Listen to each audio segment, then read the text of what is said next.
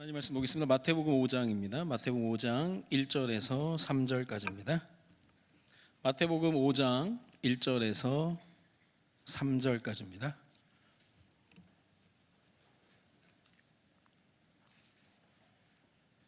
마태복음 5장 1절에서 3절까지 우리 다 같이 한 목소리로 합독해서 읽도록 하겠습니다. 예수께서 무리를 보시고 산에 올라가 앉으시니 제자들이 나아온지라 입을 열어 가르쳐 이르시되 심령이 가난한 자는 복이 있나니 천국이 그들의 것이며. 아멘. 옆에 계신 분과 인사하겠습니다. 잘 오셨습니다. 당신은 은혜 받은 사람입니다.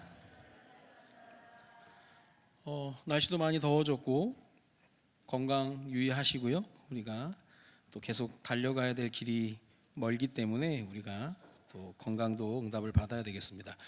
올해는 하나님이 복 주시기로 작정하신 날이에요. 한 해여서 주제가 나에게 복을 주시려 하신 하나님이거든요.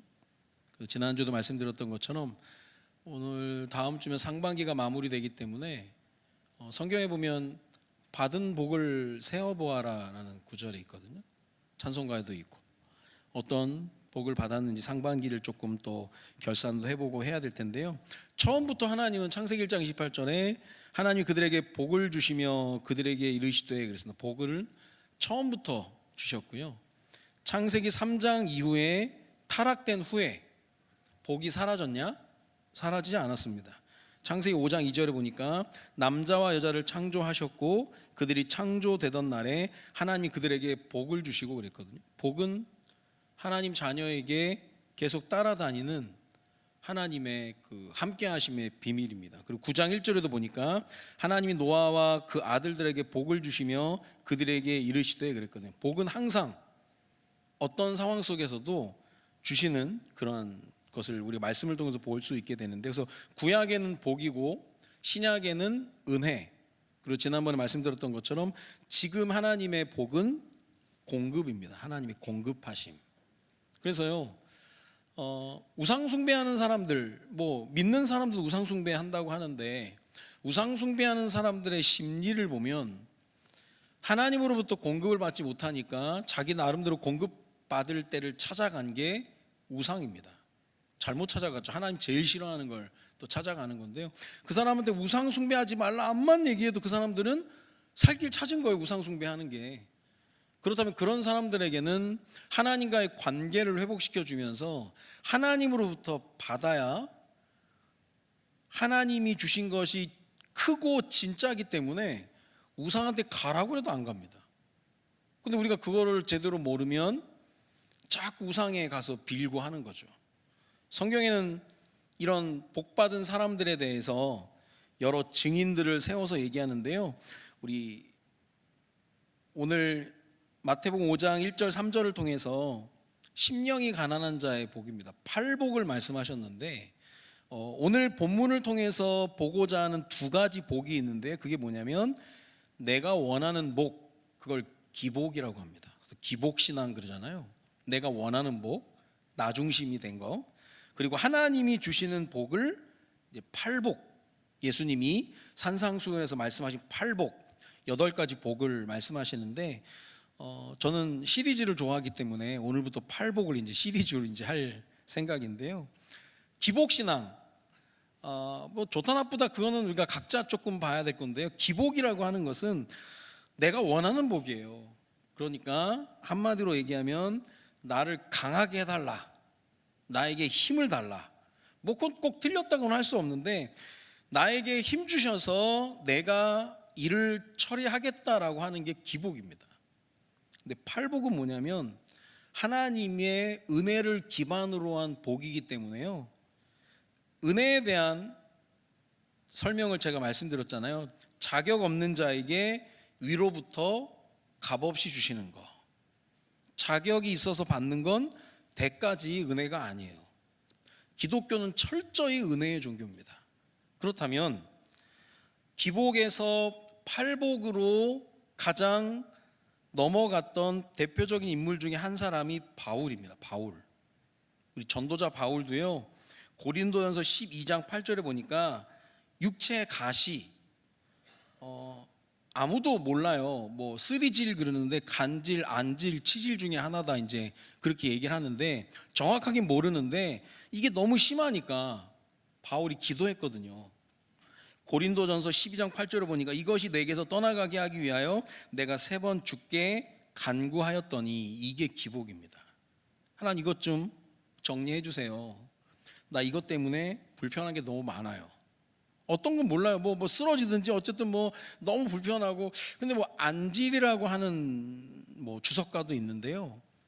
나중에 이 바울이 서신서를 쓸 때 대피를 많이 시켰잖아요. 그러니까 눈이 많이 안 좋아서 그렇다라고도 얘기를 하는데, 나를 치유해 주셔야 뭐가 되지 않겠냐, 나를 증인으로 써라, 뭐 그런 식으로 얘기를 했는데요.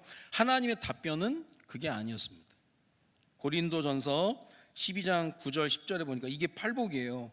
나에게 이르시기를 내 은혜가 내게 족하도다. 이는 내 능력이 약한 데서 온전하여짐이라 하신지라. 그러므로 도리어 크게 기뻐함으로 나의 여러 약한 것들에 대하여 자랑하리니 이는 그리스도의 능력이 내게 머물게 하려 함이라. 그러므로 내가 그리스도를 위하여 약한 것들과 능욕과 궁핍과 박해와 곤고를 기뻐하노니 이는 내가 약한 그때에 강함이라.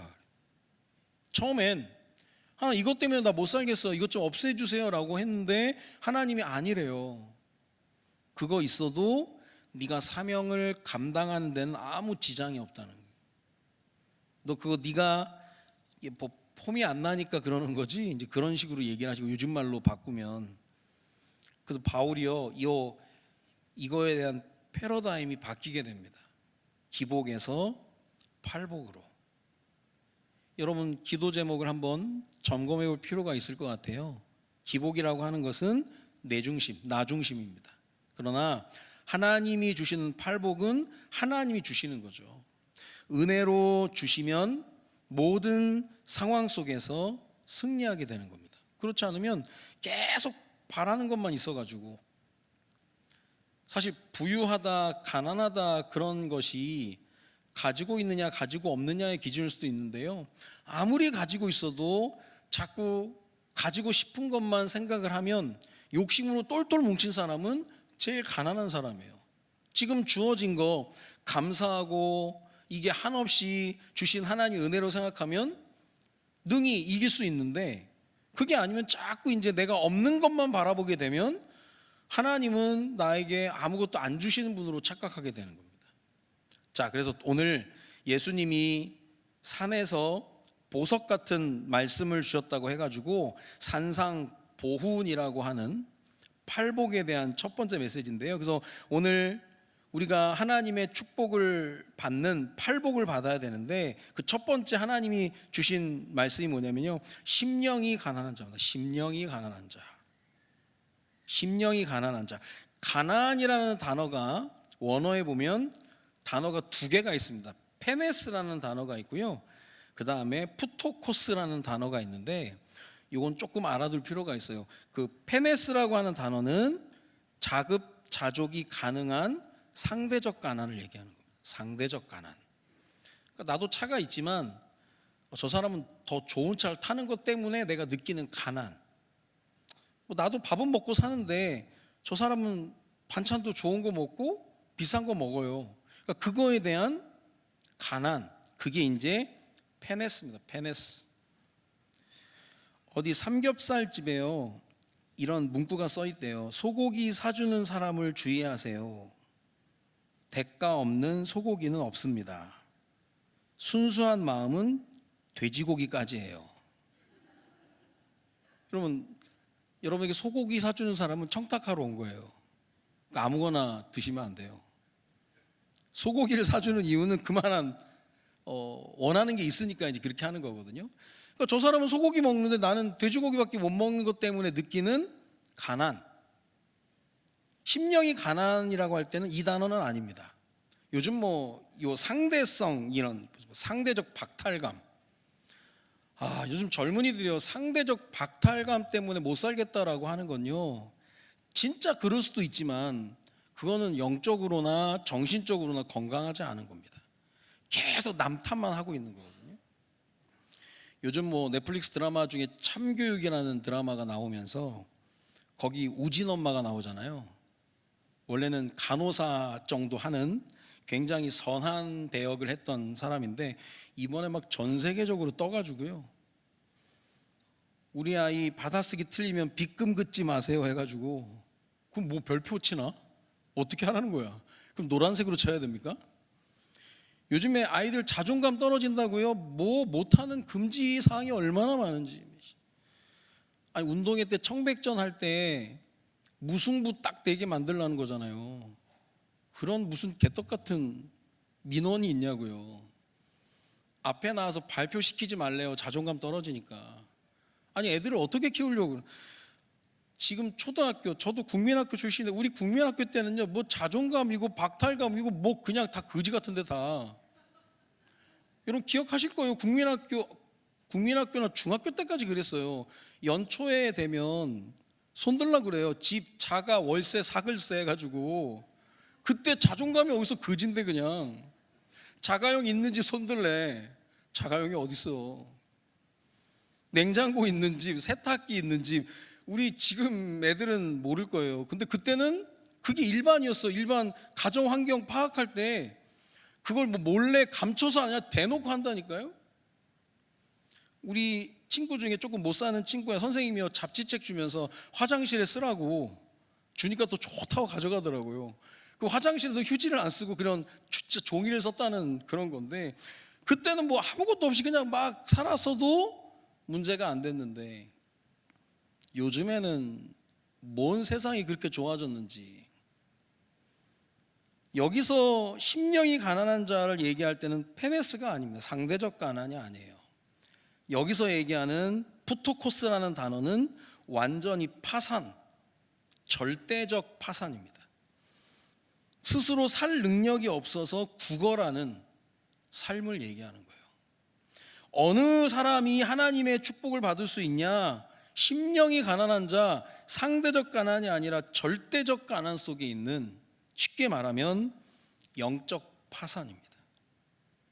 영적 파산됐다라고 하는 건 아무 힘이 없는 거예요. 그런데 여러분, 영적 파산이라고 하는 안경을 끼고 성경을 보면 영적 파산을 당했던 사람들이 축복받았음을 보게 되거든요. 그 중에 대표적인 인물이 탕자입니다. 누가복음 15장 16절 19절에 보니까 그렇게 많은 돈을 가지고 나왔다가 나중에는 돼지가 먹는 쥐염 열매를 주는 사람이 없을 정도로 바닥 중에 더 바닥으로 내려갔거든요. 육신, 정신, 뭐 심리적으로 완전히 바닥을 치면서 완전히 무너졌는데, 이걸 영적 파산이라고 하는 겁니다. 그때 탕자에게 임한 하나님의 은혜가 뭐냐면 아버지를 생각해요. 그전에는요, 아버지 생각 안 했어요. 아버지를 생각하면서 아버지 집에는 품꾼들도 나보다 잘 먹고 잘 살 텐데, 탕자가 아버지를 기억했다는 것은 내가 아버지의 자녀라고 하는 정체성을 찾은 거거든요. 탕자가 아버지께 간 날 모든 게 해결이 됩니다. 어떻게 아버지께 갔냐? 영적 파산이에요.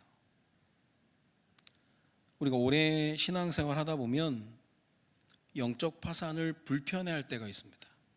하나님 우리를 신명기 8장 16절에 너를 낮추시고 이런 과정을 허락하신 이유가 복 주시기 위한 영적 파산의 과정인데, 그걸 싫어한다니까.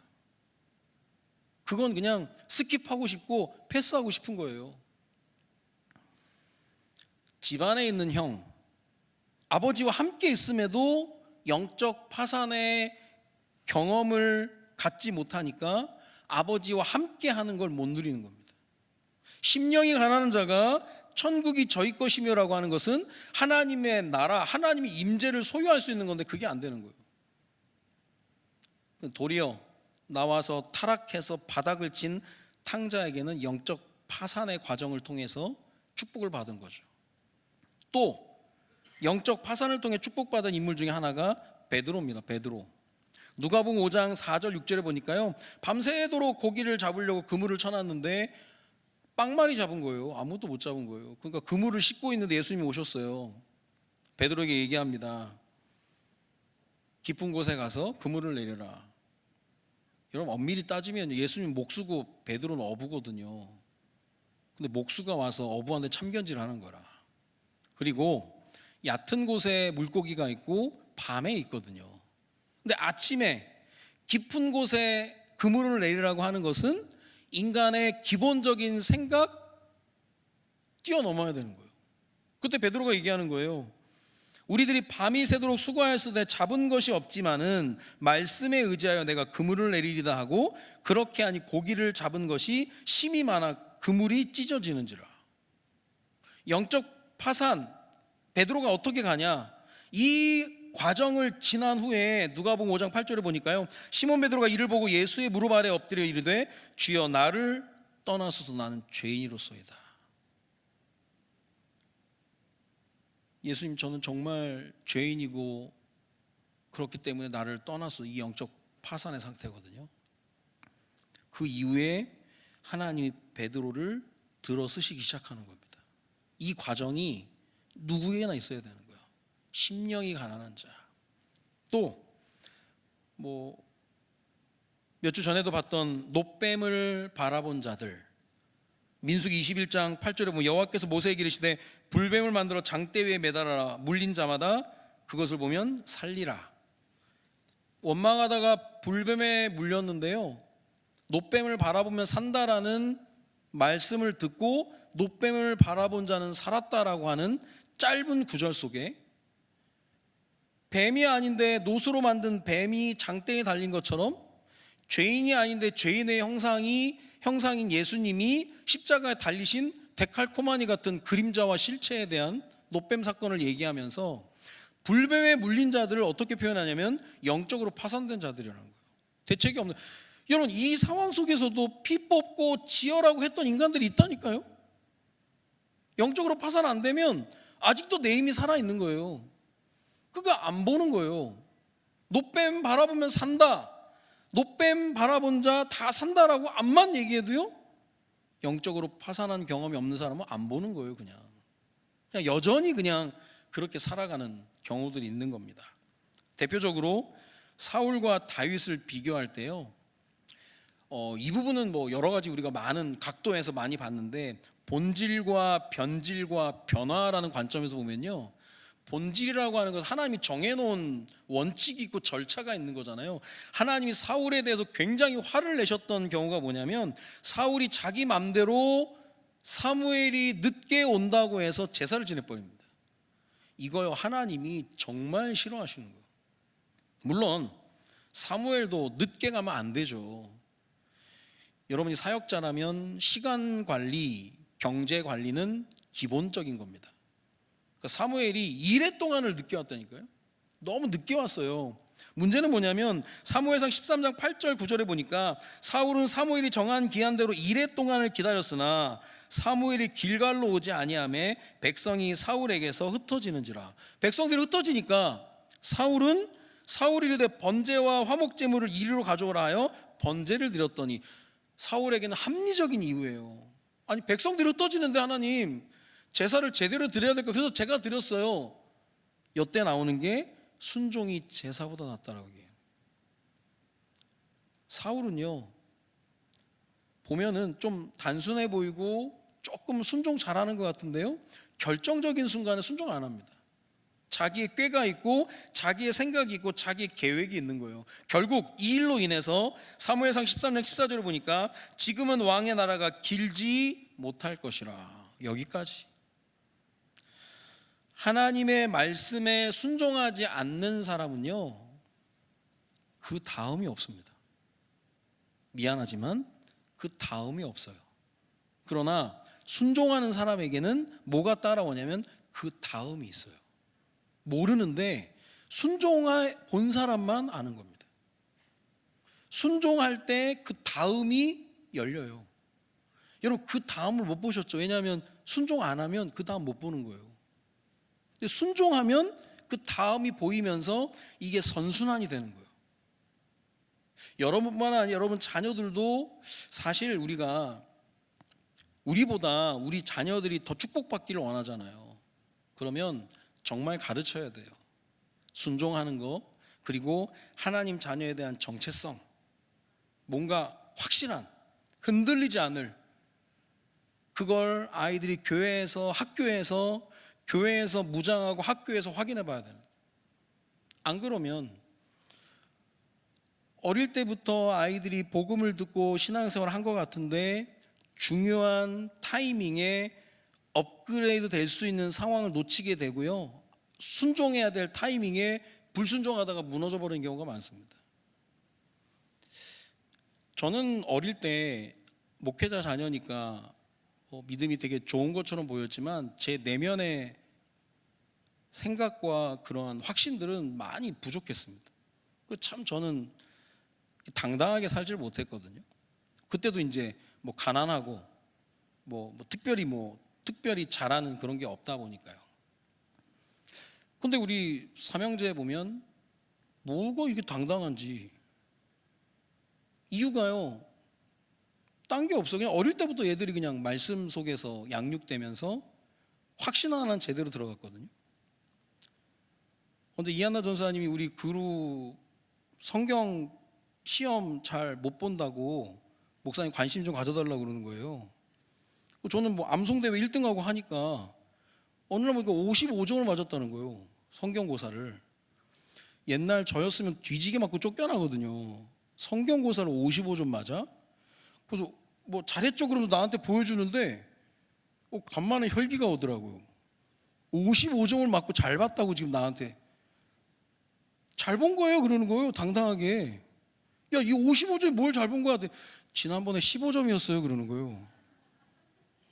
나는 이게 뭐가 그렇게 당당하냐, 지금 자기 말로는 15점에서 55점 됐으니까 잘했다는 거예요.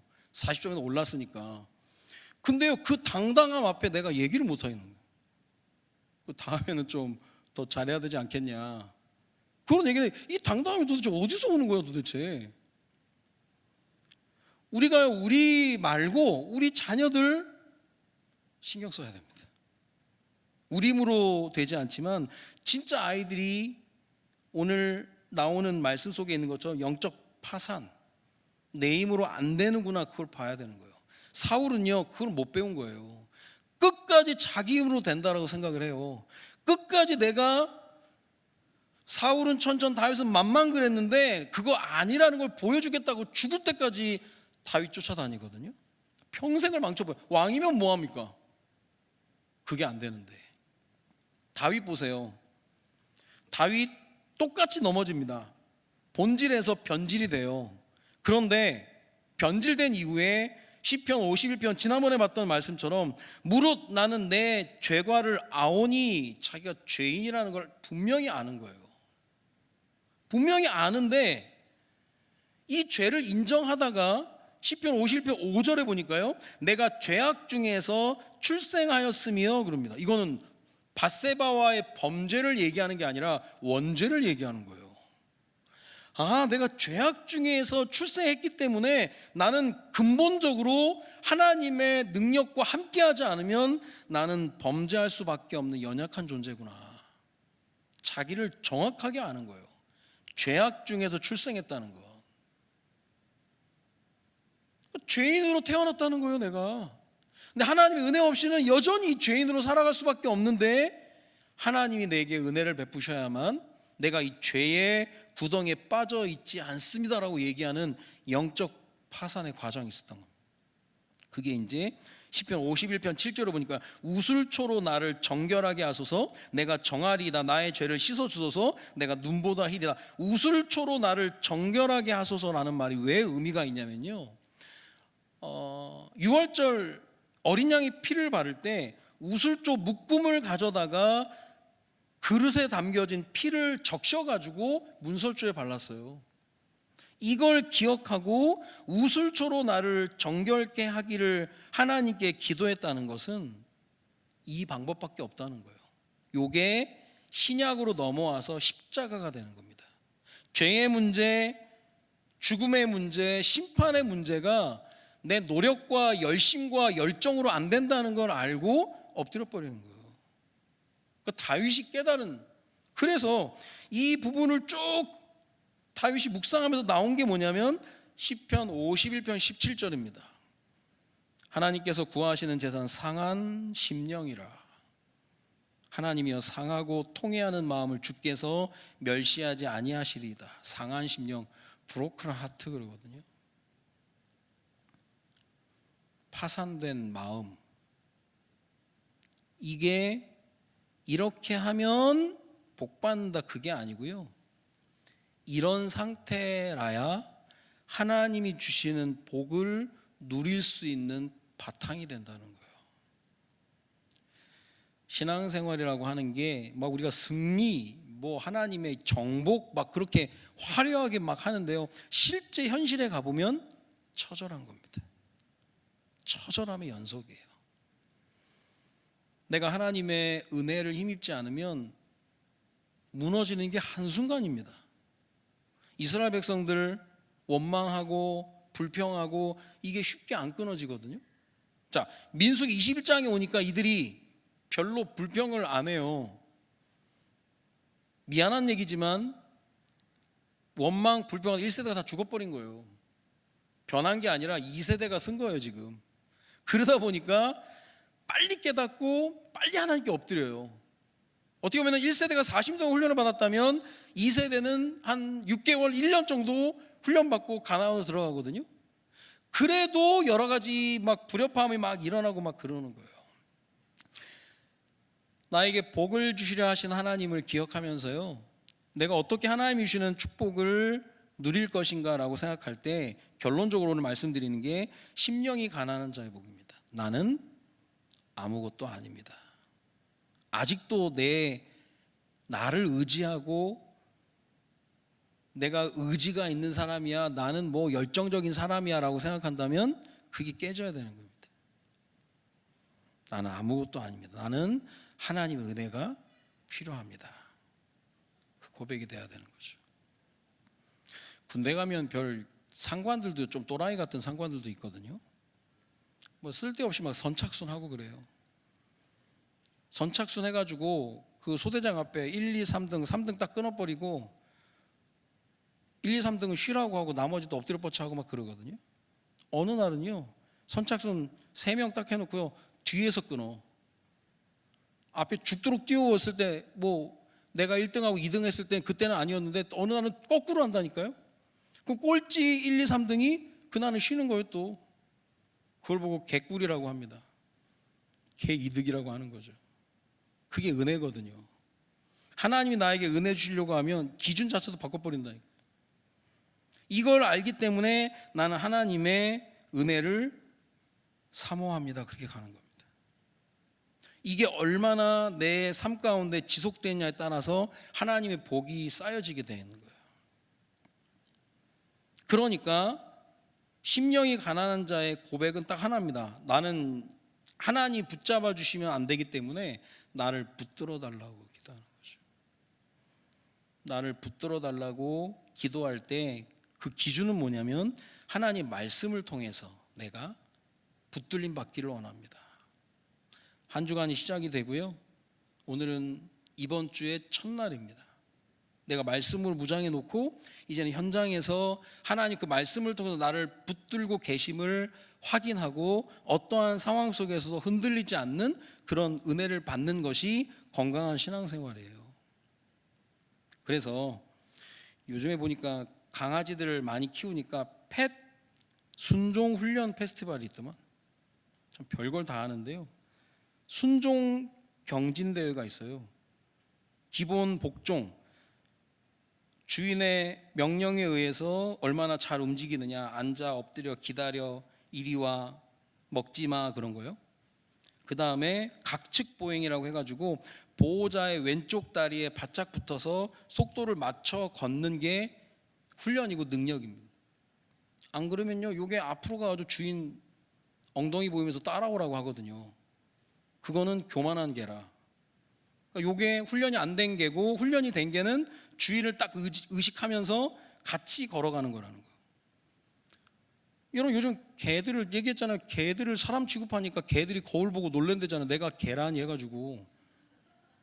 이 개 주제에 여러분, 가정에서 강아지를 키울 때 몇 가지 원칙들이 있는데요, 남편보다 개한테 밥 빨리 주면 개가 남편 개무시합니다. 요것들이요, 밥 주는 순서에 따라서 집안의 서열을 정리한대요. 그리고 요 이상한 개들은요, 집에 오자마자 소파에 딱 앉는데요. 그리고 이 엄마가 남편보다 자기 먼저 밥을 주면 그 남편 무시하는 거예요. 이게 굉장히 중요한 훈련인데, 또 물건 가져올 때 살짝 물어서 가져와서 물건이 상하지 않게 가져오는 훈련, 그리고 소음 및 자극, 인내.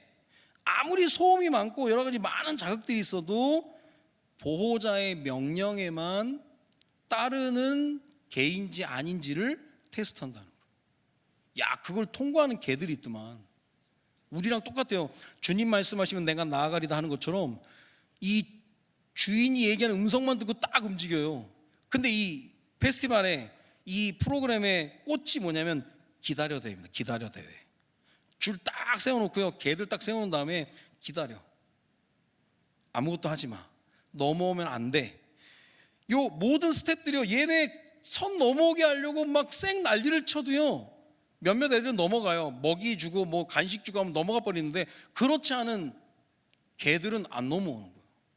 1등, 2등 한 개들 보니까요, 아마 6시간, 8시간 버티는 거예요. 주인이 아니면 안 듣는 거예요. 주인이 얘기해야 움직이는 거예요.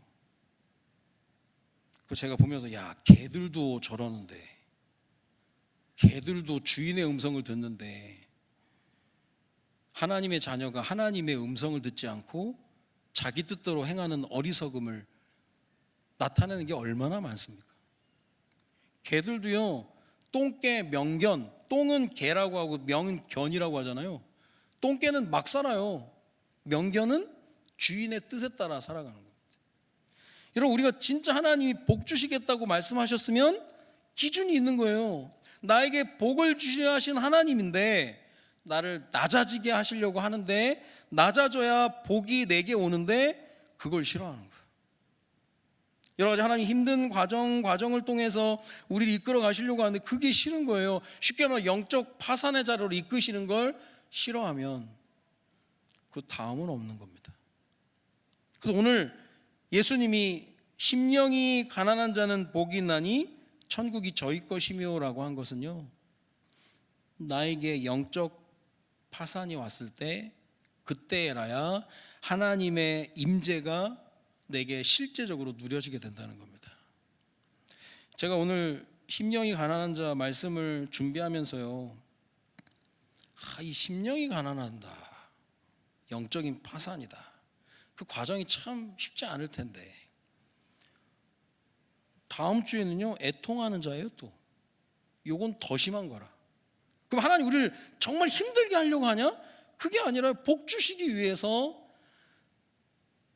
내가 준 복을 복으로 누릴 수 있는 상태를 준비하라는 거거든요. 복이 독이 되는 사람 있잖아요. 약이 돼야 되는데, 복이 돼야 되는데, 하나님이 준 축복임에 불구하고 독이 돼요. 하나님이 주신 것 가지고 하나님께 나아가면 되는데 끊임없이 기복을 쫓아가는 경우들이 많이 있습니다. 올해는 여러분 진짜 우리가 하나님이 주신 복을 받아야 되는데, 왜냐하면 나에게 복을 주시라 하신 하나님이거든요.